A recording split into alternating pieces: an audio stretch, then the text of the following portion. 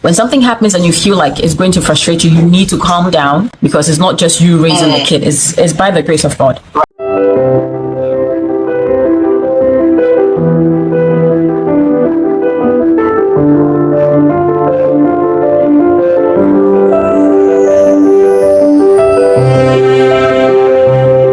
You're welcome again to the I Am That Mom show with Ya Sapong Martinson. Today, I'm pleased to have a guest with me who is also a friend, and we will be talking about gifted kids. Who is a gifted child? Who are gifted children? Stay tuned to learn more. Hello, Esther. You're welcome to the I Am That Mom show. I am so happy to have you on here. I feel the same, and thank you so much for having me. Now, Esther, who is a gifted child? Who is a gifted kid? I think every child is gifted, but generally, the definition for a gifted child will be one that has had extraordinary mental abilities to do things that a typical child normally wouldn't. I know you're raising a gifted child. What were some of the early signs that made you know, this guy is special? Definitely his ability to read. At a very early age, he was reading before the age of 2. He was reading. Before the age of 2? Yes, between 1.5 to 2 years, he was reading pretty good for his age. Pretty good. He was able to put sounds together phonetically and read out a word. And by age 2, he was reading pretty nicely. Now, let me ask you this question. We are beginning to hear a lot more about autism. Now, is there a difference between autistic children and gifted children? Do you know if there's any difference? There is a difference. I'm not saying this as a professional in anything, but from what I've gathered over the years of trying to figure out where my son is, I think there's a difference. You can have a gifted child that is not on the spectrum of autism, and you can have an autistic child that is gifted as well. Not every gifted child is autistic, and not every autistic child is gifted. Interesting. Now, let's talk about you as a mom. Realizing that you have a child whose abilities was, beyond his age, how did that make you feel? Did it make you feel like you had a big responsibility to make sure you nurture him in the right way? Was it like a big task for you, or did you embrace it and like, oh, I got this? Honestly, in the beginning, my husband and I, we thought, this boy is just hitting milestones, and these things were okay, maybe a coincidence that he's able to read at this age. But then a little after 2 years, somebody turned our attention to the possibility that he could be autistic. And at the time we had no idea. We've heard about autism, but we didn't know much about it. And there's a stigmatization about autism, in our setting. And the first reaction for us, we freaked out, we panicked, because here we are ecstatic that this little boy is doing amazing things for his age, and then now we have to stop and think, okay, is he possibly having this thing that we are somewhat afraid of, or we have no idea about? And it took a while. It took us about 4 years going back and forth in between therapists, people telling us there's nothing wrong, he's just a regular kid, he will grow out of it, he will do this, he will do that. And then one time we took him to a hospital, and they requested all these, it was a long list, like 2 pages of tests that they wanted to have run on my son.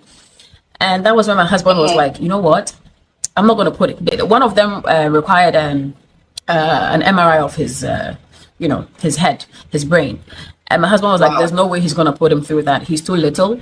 And so that's when we decided to just, give up everything. And I decided to do my research and find out what needs to be done and know how best to help my child. Wow. So now let's talk a little bit about your son. Well, growing up, or he's still growing up, did he have any specific challenges as a child?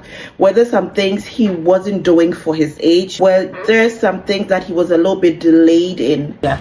So it was something I used to refer to as a blessing and somewhat a curse, for lack of a better word, because here you have this little boy who's doing amazing things for his age. There were times where very simple things that I would expect somebody with his intellect, to be able to figure out, he was just not doing anything about it. He was just failing in those areas. My biggest challenge was potty training.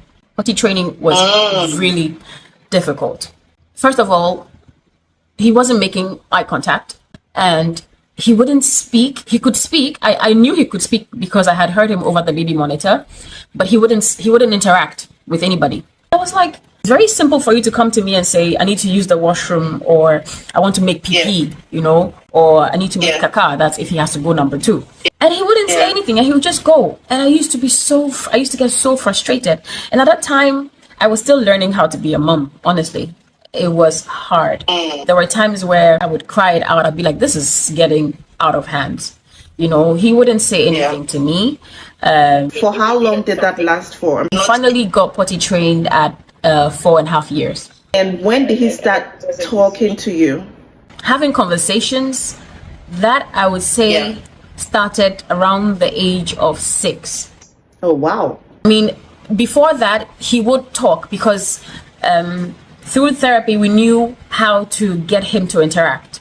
But we had to teach him how to interact, how to get his, point across, how to express if he needed something. And so it would be random. It would be very short, very specific sentences, very short, very specific words. But you couldn't have a conversation with him before the age of 6. I mean, from what you're telling us, it makes me realize that you had a lot of challenges and you had a lot of victories as well. Now, how were you able to balance the two? It was very difficult. I'm not gonna lie. It was really hard. I remember one time breaking down. We had traveled to see my in-laws. And so I just needed to talk to somebody who I thought could relate. So I called my uncle. He has four kids at home. So I was like, you must have seen it all. I'm having, I'm facing these issues with my son, and I feel like I'm failing as a mom because here's this tiny person who is in my world, and here I am not being patient enough. I was having like outbursts at everything. Honestly, I was very impatient at the time. So he said to me, first of all, you cannot correct a child with anger. When something happens and you feel like it's going to frustrate you, you need to calm down because it's not just you raising the kid. It's by the grace of God, really. And so I started practicing it. I would wake up every day and say, dear God, give me the strength, give me the wisdom to be able to power through the day. Give me the patience to be a good mom to my son because he needs me. And I know that at that age, that was like a foundation stage. I need to set a great foundation so I can relax later. I became a lot more calm. I left it all to God, trusting God with everything, and he came through for me. Wow. Now, if there's any mom watching us who is dealing with an autistic child, a gifted child, or any child at all with challenges, especially a mom who thinks that their world is crashing down, who is not sure what to do, where to turn to, what's happening, like they just don't know what's happening. You have been through that journey, or you're still in that journey. What would be your advice to them? I'd say, I know how hard it seems being in the setting that we are. We're still in a world either of a child being special or autistic or gifted is still a bit scary to some people. Do not think about the world. This is about you and your son. The minute your child knows and understands and trusts that they're in a safe environment with you, nothing else matters. Trust God, trust and believe, and do your part as a mom. Be there. That's what you need. They need to know they are loved. They need to know that if the whole world doesn't understand or come through for them, you will be there. That's all they need, the support.